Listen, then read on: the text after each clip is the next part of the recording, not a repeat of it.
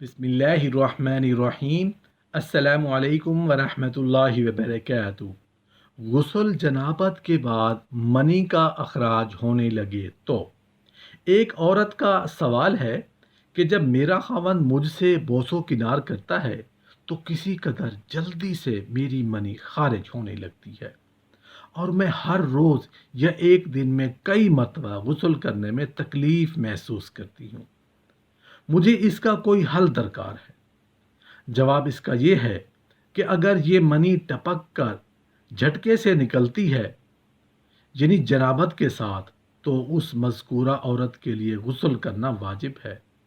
और ये मशहूर है कि बिलाशुबा औरत का पानी या औरत की मनी, जैसा कि बाद अहले इल्म इसको ये नाम देते हैं, वही शहावत है जो शहावत के वक्त टपक कर झटके से निकलती है, जिसके बाद जिस्म सुस्त पड़ जाता है और औरत की भी मनी होती है जैसे कि मर्द की। औरत का भी पानी है जो वो मर्द की तरह टपकाती है। अगर ये निकलने वाला पानी उछल कर निकलता है तो ये औरत जुनूबी होगी और उस पर गुस्ल करना वाजिब होगा। और अगर वो मनी उछल कर नहीं निकलती तो वो मज़ी है, तो उस औरत को मज़ी निकलने पर वज़ू करना लाजिम है। जैसे कि तिरमिज़ी में सहल बिन हनीफ रज़ियल्लाहु अन्हु की हदीस है, फरमाते हैं कि मैं मज़ी की वजह से बड़ी मुशक्क़त का सामना करता था। वो इस तरह के मैं मज़ी के खरूज की वजह से गुस्ल किया करता था। मैंने इस बात का तज़किरा अल्लाह के रसूल सल्लल्लाहु अलैहि वआलिहि वसल्लम से किया तो आप सल्लल्लाहु अलैहि वआलिहि वसल्लम ने फरमाया, मज़ी निकलने से तुझे सिर्फ वज़ू करना ही काफ़ी है। तो मैंने फिर सवाल किया, या रसूल अल्लाह सल्लल्लाहु अलैहि वआलिहि वसल्लम, मेरे कपड़ों पर जो मज़ी लग जाती है उसका क्या करूं? आप सल्लल्लाहु अलैहि वआलिहि वसल्लम ने फरमाया, तेरे लिए बस इतना ही काफ़ी है कि तू पानी का एक चुल्लू ले और कपड़े के जिस हिस्से पर मज़ी लगी हो उस पर बहा दे। एक सवाल पूछा गया है कि मेरी बीवी हम बिस्तरी के बाद गुस्ल करती है और गुस्ल के बाद उसकी शर्मगाह से मेरी मनी टपक पड़ती है, तो उसके लिए क्या अहकाम है?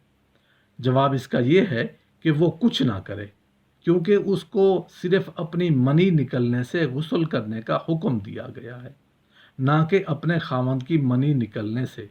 और फिर ये कि उसके खावंद की मनी जो उस औरत से खारिज हो रही है वो पेशाब के रास्ते से नहीं निकल रही कि वो कहे यकीनन वो सबीलीन यानी अगली और पिछली शर्मगाह से निकली है, लिहाजा नाक़िस वज़ू है। चूँकि वो पेशाब और पाखाना के दो रास्तों से नहीं निकली, इसलिए उस औरत पर गुस्ल करना वाजिब है न वज़ू करना। लेकिन ये उस सूरत में जब उससे खारिज होने वाली मनी उसके खावंद की है। अगर उससे निकलने वाली मनी उसकी ही है तो फिर उस पर गुस्ल वाजिब है। इंसान जब अपनी बीवी से मुजामियत करे और जुनूबी हो जाए तो फिर गुस्ल जनाबत करे। फिर अगर दोबारा उसकी मनी खारिज हो तो उस पर दोबारा गुस्ल करना वाजिब होगा।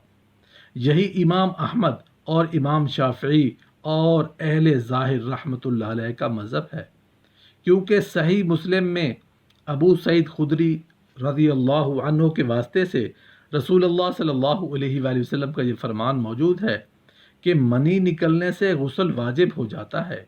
इस मसला में इमाम अबू हनीफा रहमतुल्लाह अलैह ने पेशाब करने से पहले और बाद में निकलने वाली मनी के दरमियान फ़र्क किया है।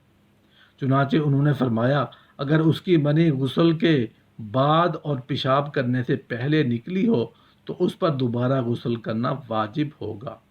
लेकिन अगर उसने पेशाब किया फिर गुस्ल किया और गुस्ल के बाद दोबारा उससे मनी का खरूज हुआ तो उस पर दोबारा गुस्ल करना वाजिब नहीं होगा।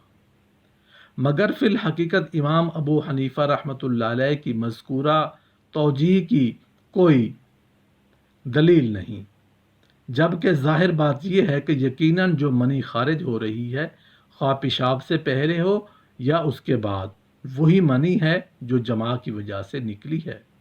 ये उसकी मनी की तरह नहीं है जो मर्ज़ जरियान की वजह से मुसलसल निकलती रहती है और ऐसे मरीज़ पर गुस्ल वाजिब नहीं होता।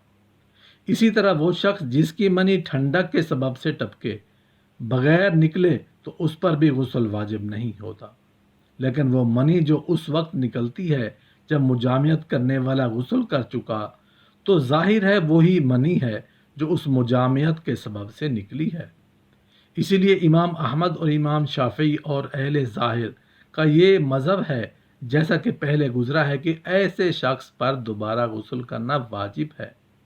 اگرچہ عورت طبعی طور پر ان احکام میں مرد کے ساتھ شریک ہے، لیکن جب عورت غسل کرے پھر اس سے مرد کی منی نکلے تو اس پر غسل کرنا واجب ہوگا اور نہیں وضو کرنا۔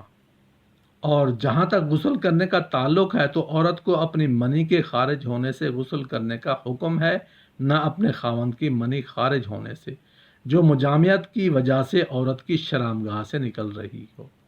اور جہاں تک وضو کا تعلق ہے تو اس طرح منی نکلنے سے وضو کے واجب ہونے کی بھی کوئی دلیل نہیں ہے۔ اگر یہ اعتراض کیا جائے کہ عورت سے نکلنے والی مرد کی منی عورت کے پیشاب پاخانہ کے دو راستوں میں سے ایک راستے سے نکلی ہے اور ان دونوں راستوں میں سے کسی چیز کا نکلنا ناپاکی کا سبب بنتا ہے، لہٰذا مذکورہ عورت ناپاک ہوگی اور اس پر غسل واجب ہو گیا، تو ان اعتراض کا جواب یہ ہے کہ مذکورہ عورت سے نکلنے والی منی پیشاب پاخانہ کے دو راستوں کے علاوہ ایک تیسرے راستے سے نکل رہی ہے، کیونکہ عورت کے جماع کا راستہ پیشاب والے راستے سے مختلف ہے۔